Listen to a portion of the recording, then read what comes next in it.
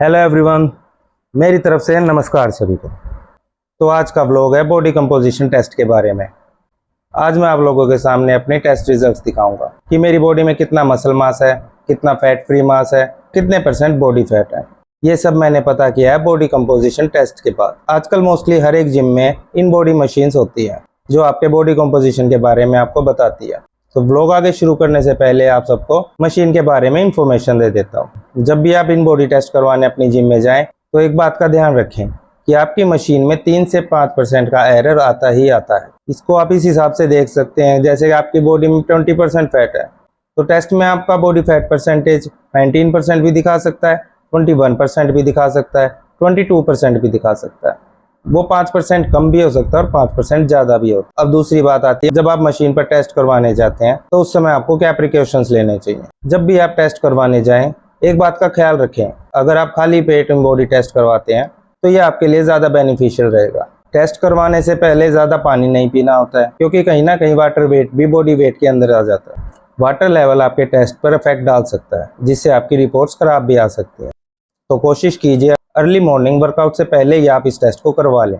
Test करवाने से पहले किसी हैवी मील से बचिए, ज़्यादा पानी पीने से बचिए, कैफीन लेने से बचिए। तो अब मैं दिखाता हूँ आप लोगों को अपना इन बॉडी टेस्ट। सबसे पहले ये दिखाता है टोटल बॉडी वाटर, फिर उसके बाद दिखाता है प्रोटीन क्वांटिटी, फिर मिनरल्स, फिर बॉडी फैट मास और फिर वेट। सो अगर इन पे नज़र डालूँ तो मेरा हर एक डाटा एक गुड रेंज में ही आता है। यकीन नहीं होता कि 2 साल वर्कआउट छोड़ने के बाद भी मेरी बॉडी स्टेबल ही रही है। 2 साल वर्कआउट से दूर रहने के बाद मुझे लगा कि बहुत ज़्यादा मसल लॉस हुआ होगा या फिर बहुत ज़्यादा फैट चढ़ गया होगा, पर ऐसा कुछ नहीं हुआ। और इसके लिए मैं थैंक्स करना चाहूँगा मेरी वेट ट्रेनिंग के लिए।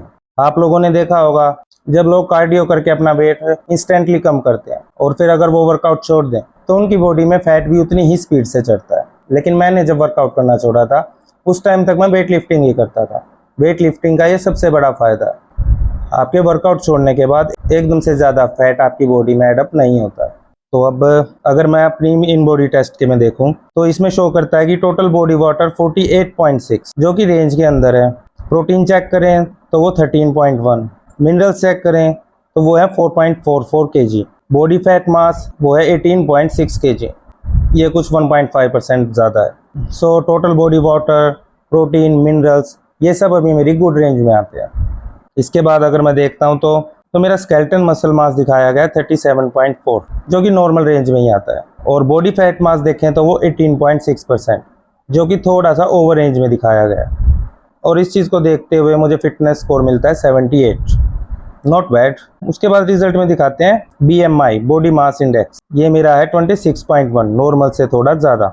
और बॉडी फैट परसेंटेज ये भी 22.0 दिखा रहा है, ये भी नॉर्मल रेंज से थोड़ा सा ही ज़्यादा है। उसके बाद आता है ऑप्शन सेगमेंटल लीन एनालिसिस, इसमें देखें तो टोटली नॉर्मल ही दिखा रहा है, अपर बॉडी भी, लोअर बॉडी भी और बेली पोर्शन भी। उसके बाद आता है सेगमेंटल फैट एनालिसिस, इसमें देखें तो मेरा बेली फैट ओवर परसेंटेज में दिखाया गया, बाकी अपर बॉडी और लोअर बॉडी में नॉर्मल है। अब टेस्ट की दूसरी तरफ जाएं जहाँ पर ये मशीन हमें बताती है कि टारगेट वेट क्या होना चाहिए। टारगेट वेट 77.7 kg होना चाहिए, तो इसका मतलब है कि मुझे 7 kg कम करना है। तो वेट कंट्रोल में मुझे बेसिकली बस अपना फैट लॉस करना है, 7 kg फैट लॉस करना है, तब जाके मेरी बॉडी एक आइडियल बॉडी कंपोजिशन में आएगी। यहाँ मैं अगर अपना फैट फ्री मास देखूँ तो ये गुड न्यूज़ है, क्योंकि रेंज मैक्सिमम 64.9 है और मेरा फैट फ्री मास 66.1 है। उसके बाद आता है बेसल मेटाबॉलिक रेट, ये मेरा 1797 किलो कैलोरीज है। और अगर रिक्वायर्ड रेट में देखें तो लास्ट टेस्ट 2081 दिखाई गई है। इससे शो होता है कि मुझे अभी कैलोरीज बढ़ाने की ज़रूरत है। वेस्ट टिप रेशियो भी 0.5% ज़्यादा दिखा रहा है।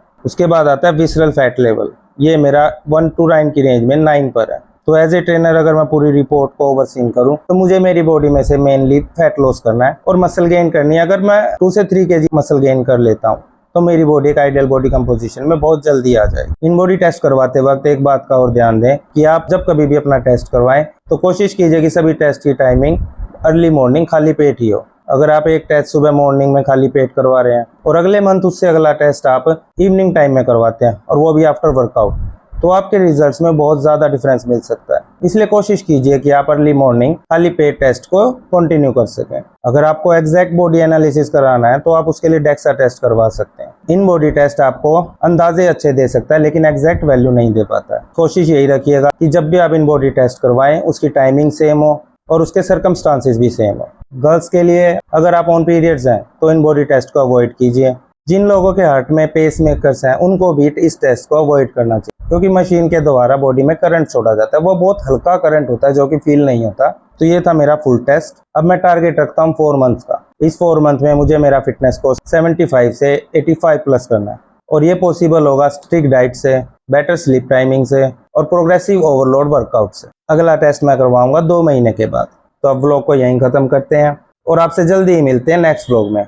मेरे साथ मेरी ट्रांसफॉर्मेशन में बने रहिएगा, और अगर आपके आसपास कोई भी बिगिनर हो जिसे सही नॉलेज चाहिए तो उसके साथ मेरा चैनल ज़रूर शेयर कीजिएगा, और वीडियो को लाइक, शेयर और सब्सक्राइब करना बिल्कुल ना भूलें।